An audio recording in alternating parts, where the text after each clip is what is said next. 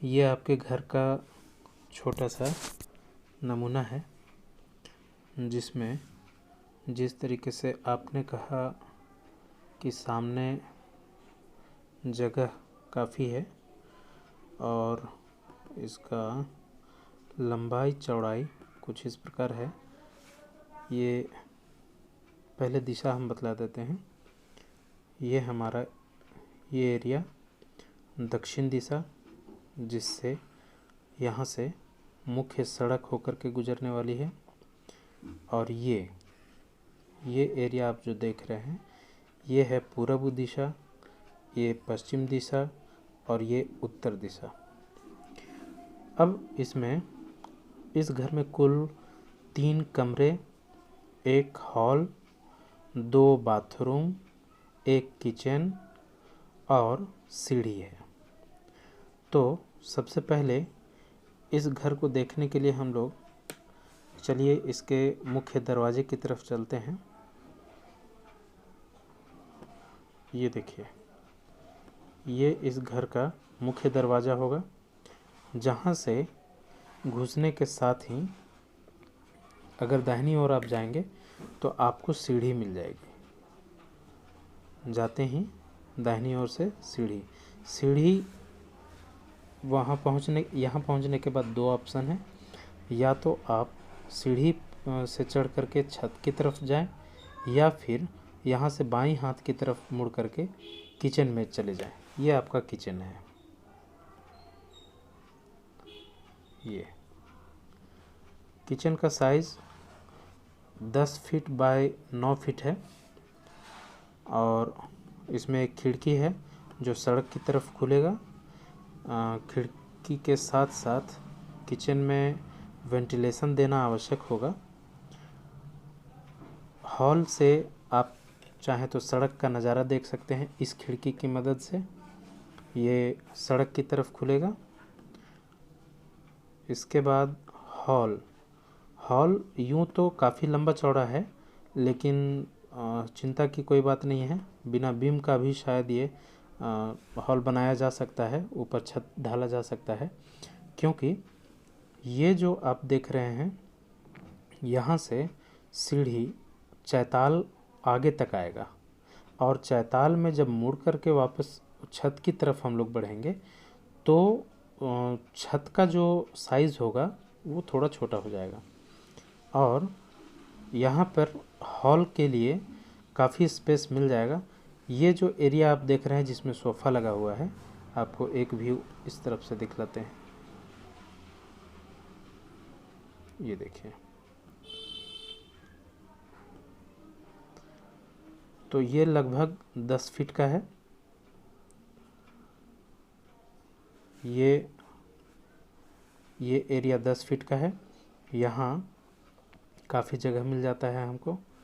और इससे जो हॉल से जुड़ा हुआ मुख्य रूप से एक्चुअली पहले हम लोग एक काम करते हैं,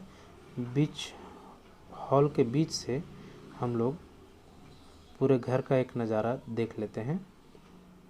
तो ये देखिए, यहाँ से आप अगर उत्तर की ओर मुँह करके खड़े रहेंगे तो आपको दिखाई देगा, जिसमें एक बेडरूम ये है।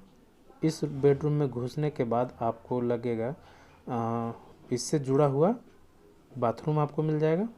और इसके बाद सामने में वॉश बेसिन, यहाँ पे ऐसे अभी कपड़ा टांगने के लिए हैंगर लगा हुआ है, लेकिन अगर आप चाहें तो यहाँ पे शीशा लगा दें और खूबसूरत दिखेगा। इसके बाद इस तरफ आप बढ़ेंगे तो एक बाथरूम रहेगा जो कॉमन है। ये हॉल से जुड़ा हुआ है और ये किसी के लिए भी प्रयोग में आ सकता है। इसके बाद थोड़ा दाहिनी ओर मुड़ेंगे तो हम लोग देखेंगे एक कमरा जिससे एक और अन्य कमरा जुड़ा हुआ है। इसको देखने के लिए हम लोग ऊपर का व्यू लेते हैं। ये देखिए,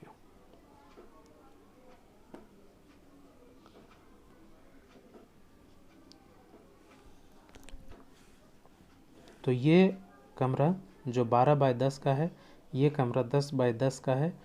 दोनों ही कमरा आपस में जुड़ा हुआ है। इस कमरे में पहले प्रवेश कीजिए और इससे जुड़ा हुआ कमरे में चले जाइए। इसके बाद फिर से वापस चलते हैं हम लोग।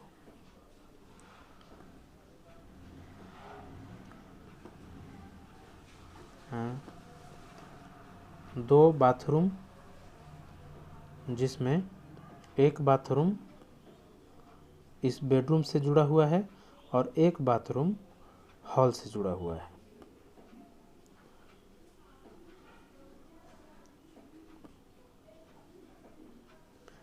तो ये एक मोटा मोटी पूरे घर का व्यू है।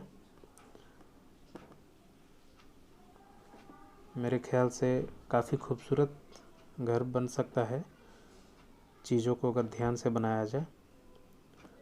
एक बार घर को चारों तरफ से बाहर की ओर से देख लें हम लोग। घर के सामने में काफ़ी स्पेस है और इस स्पेस का यूज़ हम लोग कई प्रकार से कर सकते हैं, जैसे कार पार्किंग या फिर छोटा मोटा खेती बाड़ी कर सकते हैं हम लोग। तो ओवरऑल ये एक ठीक ठाक घर है। घर के पश्चिम दिशा में आप देखेंगे कि लगभग 1 फीट का या 1 फीट से थोड़ा सा ज़्यादा, मतलब 1.5 फीट अप्रॉक्स, ये जो एरिया देख रहे हैं, ये एरिया छूटा हुआ है ताकि यहाँ से खिड़कियों को हवा मिल सके। और सामने में स्पेस है।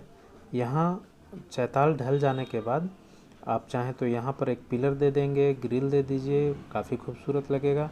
नहीं भी देते हैं तो भी चलेगा, दरवाज़ा मजबूत रखना होगा।